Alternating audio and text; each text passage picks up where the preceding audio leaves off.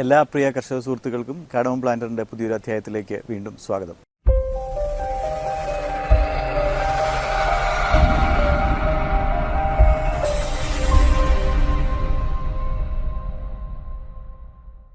ഇന്ന് നമ്മൾ സംസാരിക്കാൻ പോകുന്ന വിഷയം ഏലച്ചെടിയിൽ ഉണ്ടാകുന്ന രോഗങ്ങളെ പറ്റിയാണ്. എന്തൊക്കെയാണ് ഏലച്ചെടിയിൽ പ്രധാനമായും കണ്ടുവരുന്ന രോഗങ്ങൾ, അതിൻ്റെ ലക്ഷണങ്ങൾ, പരിഹാരമാർഗ്ഗങ്ങൾ എന്നിവയെ പറ്റിയാണ്. കാർഷിക കൺസൾട്ടൻ്റായ ശ്രീ ടോണി നമ്മോടൊപ്പം ഉണ്ട്. കൂടുതൽ വിവരങ്ങൾ നമുക്ക് ടോണിയോട് ചോദിച്ചറിയാം. ടോണി, നമസ്കാരം. നമസ്കാരം. ഇപ്പോൾ നമ്മൾ പ്രധാനമായിട്ടും ഏലച്ചെടിയിൽ കണ്ടുവരുന്ന രോഗങ്ങളെ പറ്റിയാണ് എല്ലാവരും ചർച്ച ചെയ്യുന്നൊരു വിഷയം. എന്തൊക്കെയാണ് ഇപ്പോൾ മെയിനായിട്ടും ഏലച്ചെടിയിൽ കണ്ടുവരുന്ന രോഗങ്ങൾ? ഈ പ്രധാനമായിട്ട് ഏലച്ചെടികളിൽ കാണുന്ന രോഗങ്ങൾ എന്ന് വെച്ച് കഴിഞ്ഞാൽ അത് കുമിൾ ഉണ്ടാക്കുന്ന രോഗങ്ങളുണ്ട്, അതുപോലെ തന്നെ നിമറ്റോഡ് ഉണ്ടാക്കുന്ന രോഗങ്ങളുണ്ട്, അതുപോലെ വൈറസ് ഉണ്ടാക്കുന്ന രോഗങ്ങളുണ്ട്. എന്നാൽ പ്രധാനമായിട്ടും നമുക്ക് ഇപ്പോൾ നിലവിൽ നമ്മുടെ ഏലകൃഷിയെ സംബന്ധിച്ച് ഈ കുമിൾ രോഗങ്ങളും അതുപോലെ തന്നെ നിമറ്റോഡ് ഉണ്ടാക്കുന്ന രോഗങ്ങളുമാണ് കൂടുതലായിട്ട് നമുക്ക് വിള നഷ്ടം ഉണ്ടാക്കുന്നത്. കർഷകർക്ക് കൂടുതലായിട്ടും ഈ രോഗങ്ങൾ ഏതൊക്കെയാണെന്ന് അറിയാനായിട്ട് താല്പര്യം ഉണ്ടാവുമല്ലോ. അപ്പം ഈ രോഗങ്ങൾ ഏതൊക്കെയാണെന്നൊന്ന് കൂടുതലായിട്ട് ഡിസ്ക്രൈബ് ചെയ്ത് പറയാനായിട്ട് പറ്റുമോ? സാധാരണ ഈ കുമിൾ ഉണ്ടാക്കുന്ന രോഗങ്ങൾ എന്ന് വെച്ച് കഴിഞ്ഞാൽ നമുക്കറിയാം, ഈ അഴുകൽ, തട്ടമറിച്ചിൽ, അതുപോലെ തന്നെ ലീഫ് ബ്ലൈറ്റ്, ചെന്താളം എന്ന് പറയുന്ന ലീഫ് ബ്ലൈറ്റ്, ഫിസേറിയം, ഇതുപോലുള്ള അസുഖങ്ങളെല്ലാം കുമിൾ ഉണ്ടാക്കുന്ന രോഗങ്ങളാണ്. പിന്നെ നമുക്ക് വൈറസ് ഉണ്ടാക്കുന്ന രോഗം എന്ന് പറയുന്നതാണ് കറ്റെ അല്ലെങ്കിൽ മൊസൈക്ക് എന്ന് പറയുന്ന വൈറസ് ഉണ്ടാക്കുന്ന അസുഖമാണ് കറ്റെ എന്ന് പറയുന്ന അസുഖം. ഇതാണ് പ്രധാനമായിട്ടും വൈറൽ ഡിസീസും അതുപോലെ തന്നെ കുമിൾ രോഗങ്ങളും. പിന്നെ വരുന്നതാണ് നമ്മുടെ നിമറ്റോഡ് ഉണ്ടാക്കുന്ന പ്രശ്നങ്ങൾ. ഈ പറഞ്ഞ രോഗങ്ങളിൽ ഏറ്റവും അപകടകരമായി ബാധിക്കുന്ന, ഏലത്തെ ഏറ്റവും കൂടുതൽ ബാധിക്കുന്ന രോഗങ്ങൾ ഏതൊക്കെയായിരിക്കും? ഏലച്ചെടിയെ സംബന്ധിച്ച് ഈ കുമിളുകൾ ഉണ്ടാക്കുന്ന അഴുകൽ രോഗങ്ങൾ ഏറ്റവും പ്രധാനമാണ്. അഴുകൽ രോഗങ്ങൾ വളരെയധികം ഒരു 40 to 60% വരെ ഒരു ക്രോപ്പ് ലോസ് ഉണ്ടാക്കാൻ സാധ്യതയുള്ളതാണ് അഴുകൽ രോഗങ്ങൾ. എന്നാൽ ഈ അഴുകൽ രോഗങ്ങളെക്കാൾ ഉപരി ഏലകൃഷകർ ഏറ്റവും കൂടുതൽ പ്രശ്നം ഉണ്ടാകുന്നതാണ് നിമറ്റോഡിൻ്റെ അറ്റാക്ക് മൂലം ഉണ്ടാകുന്ന രോഗങ്ങൾ.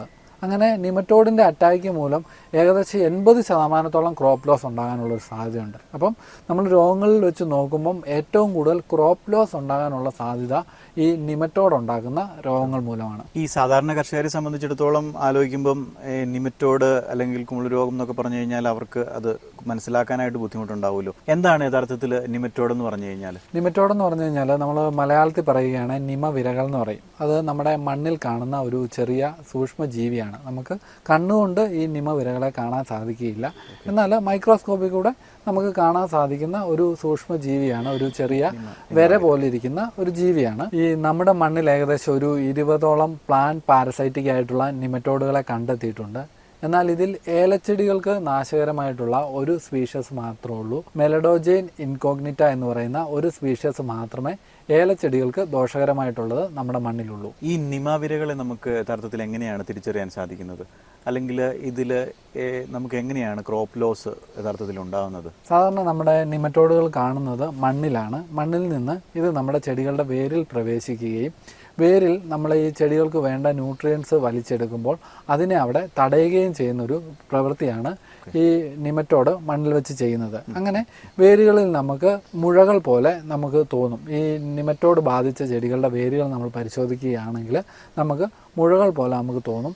അതുപോലെ തന്നെ ചെടികളുടെ തട്ടയ്ക്ക് വളരെയധികം കട്ടി കുറയുകയും ഇലകൾ കൂർത്തു വരികയും ചെയ്യുന്നത് ഇത് കണ്ടു കഴിഞ്ഞാൽ നമുക്ക് മനസ്സിലാകും ഒരു നിമറ്റോഡിൻ്റെ അറ്റാക്കുള്ള ചെടിയെ നമുക്ക് തിരിച്ചറിയാൻ സാധിക്കും. അതുപോലെ തന്നെ ചെടികൾക്കൊരു മഞ്ഞ കളറ് വരും, ഇലയുടെ അറ്റം കരിയുന്നത് അത് നിമറ്റോഡിൻ്റെ അറ്റാക്കിൻ്റെ ഒരു ലക്ഷണമാണ്.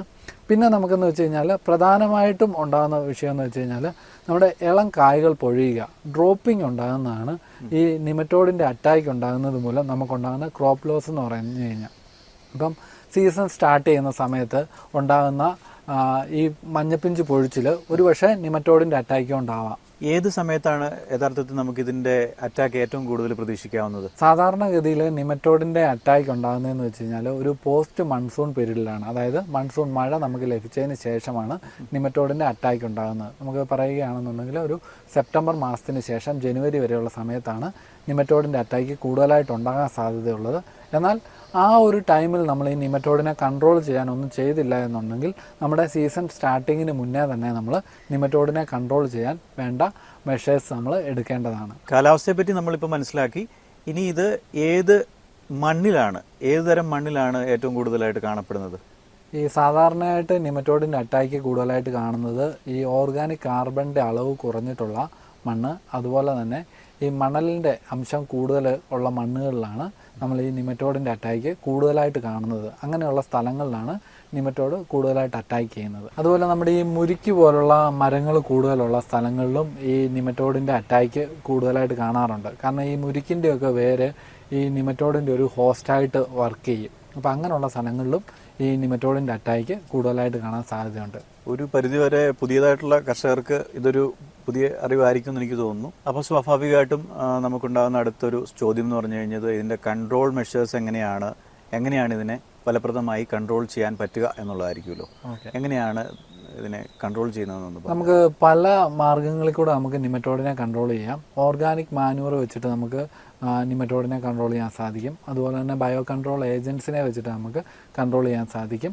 അതുപോലെ കെമിക്കൽസ് ഉപയോഗിച്ചുകൊണ്ട് നമുക്ക് നിമറ്റോഡിനെ കൺട്രോൾ ചെയ്യാം. അങ്ങനെ 3 മാർഗത്തിലൂടെ നമുക്ക് നിമറ്റോഡിനെ കൺട്രോൾ ചെയ്യാൻ സാധിക്കും. ഈ ഓർഗാനിക് മാനുവർ ആയിട്ടുള്ള നീം കേക്ക്, അതായത് നമ്മുടെ വേപ്പും പിണ്ണാക്ക് എന്ന് പറയുന്നത് നമ്മുടെ ഈ നിമറ്റോഡിനെ കൺട്രോൾ ചെയ്യാനുള്ള ഏറ്റവും നല്ലൊരു മാർഗ്ഗമാണ്.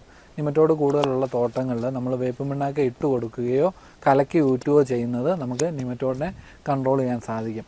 അതുപോലെ തന്നെ നമ്മുടെ ഈ എരിക്കിൻ്റെ എക്സ്ട്രാക്റ്റ് ഉപയോഗിച്ചിട്ടുള്ള ഓർഗാനിക് മാനുവറുകൾ നമ്മൾ ഉപയോഗിക്കുകയാണെന്നുണ്ടെങ്കിൽ അതും നിമറ്റോഡിനെ കൺട്രോൾ ചെയ്യാൻ സഹായിക്കുന്നതാണ്. രണ്ടാമത്തേന്ന് വെച്ച് കഴിഞ്ഞാൽ നമ്മുടെ ബയോ കൺട്രോൾ ഏജൻറ്റ്സ്, നമ്മൾ ഈ കുമിൾനാശിനിയായിട്ട് ഉപയോഗിക്കുന്ന ഒരു ബയോ കൺട്രോൾ ഏജൻറ്റാണ് ട്രൈക്കോഡർമ.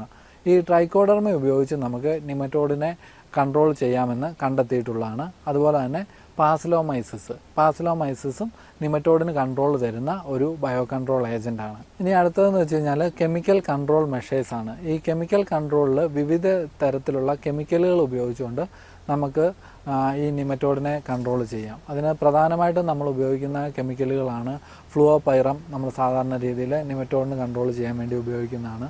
അതുപോലെ കാട്രാബ് ഹൈഡ്രോക്ലോറൈഡ്, അതുപോലെ കാർബോഫ്യൂറാൻ, ഫ്ലുവൻ സൾഫോൺ, അതുപോലെ അബാമെക്റ്റിൻ, ഈ കെമിക്കലുകളൊക്കെ ഉപയോഗിച്ച് നമുക്ക് നിമറ്റോഡിനെ കൺട്രോൾ ചെയ്യാൻ സാധിക്കും.